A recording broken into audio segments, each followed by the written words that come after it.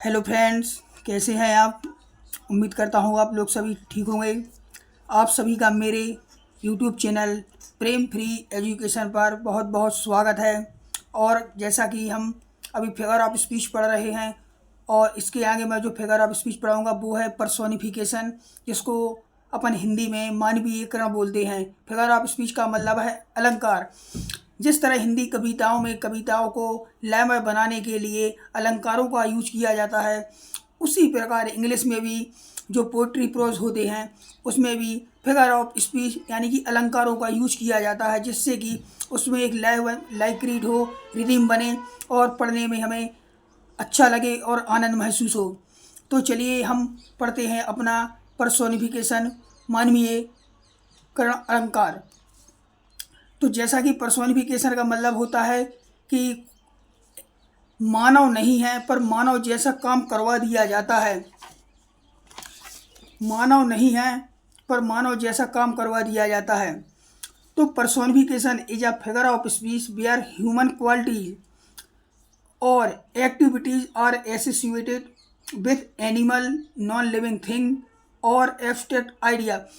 मतलब ये है कि पर्सोनिफिकेशन में मानव की तुलना या फिर किसी थिंग जो मानव की क्वालिटी और एक्टिविटी होती हैं उसे किसी एनिमल को आगे करके या उसमें वो क्वालिटी बताई जाती है जो क्वालिटी मानव में होती हैं, वो किसी जानवर या वातावरण या एटमॉस्फेयर में बता दी जाती हैं या किसी विचार में बता दी जाती हैं। और जो रीडर होता है, पढ़ने वाला, relate to same way they would rate to human, और वही क्वालिटी जो मानव में होती है वो दूसरे जानवर हुआ, प्रकृति हुई या किसी अन्य चीज़ों में दिखाई जाती है। जैसा कि आप यहाँ समझेंगे, लव इज ब्लाइंड। तो एक बात बताइए, क्या प्यार अंधा होता है? प्यार अंधा थोड़ी होता है, आदमी अंधा होता है। तो यहाँ पे जो लव है, लव को मानव मानकर उसे बता दिया कि वो अंधा है, जबकि प्यार अंधा नहीं होता, आदमी अंधा होता है।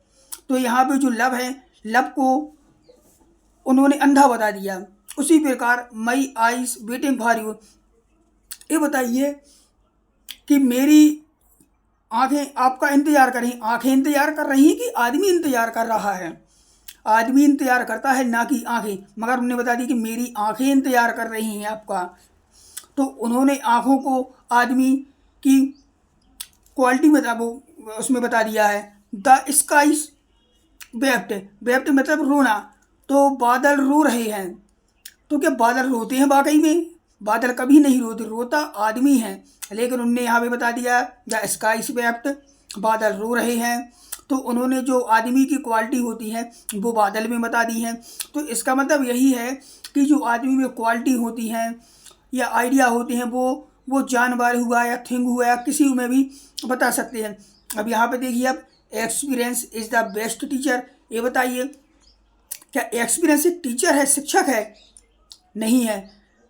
टीचर या शिक्षक तो एक आदमी होता है, लेकिन इन्होंने बता दिया कि experience is the best teacher. जो अनुभव है वो सबसे अच्छा शिक्षक है, होता है, लेकिन ओरिजिनल में नहीं है। ओरिजिनल में आदमी ही टीचर होता है, ना कि एक्सपीरियंस। आगे देखिए, अपॉर्चुनिटी नोक्स द डोर, कि अपॉर्चुनिटी आपका दरवाज़ा खटखटा रही है। अपॉर्चुनिटी दरवाज़ा कहाँ से खटखटाएगी? खटखटाता तो आदमी है, लेकिन यहाँ उन्होंने बोला है कि अपॉर्चुनिटी नोक्स द डोर। अब आगे देखिए, tide and tide wait for none, समय किसी की प्रतीक्षा नहीं करता। तो प्रतीक्षा कौन करता है? प्रतीक्षा समय करता है क्या? प्रतीक्षा करता है आदमी, ना कि समय। अब आगे देखिए, death lays his ice hand on the Kings.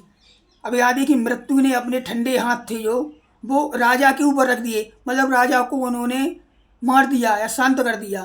तो एक बात बताइए कि मृत्यु के हाथ होते हैं, लेस मतलब रखना, death less his ice hand मतलब ठंडे हाथ थे जो उसने राजा के ऊपर रख दिए, राजा को शांत कर दिया, मार दिया।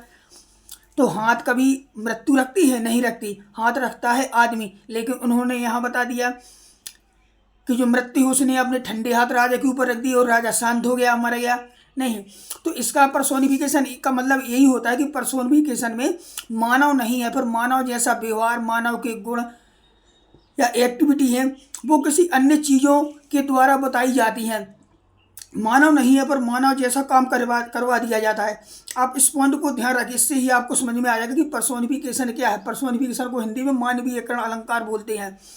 और यहाँ देखिए इसमें लिखा है कि ह्यूमन क्वालिटीज और एक्टिविटीज एसोसिएट विद एनिमल और नॉन लिविंग थिंग, मतलब जानवर हुए और जो मृत भी हैं, जैसे पत्थर हुआ, कोई मूर्ति हुई या कुछ भी हुआ जो नॉन लिविंग थिंग है, या एब्स्ट्रैक्ट आइडिया।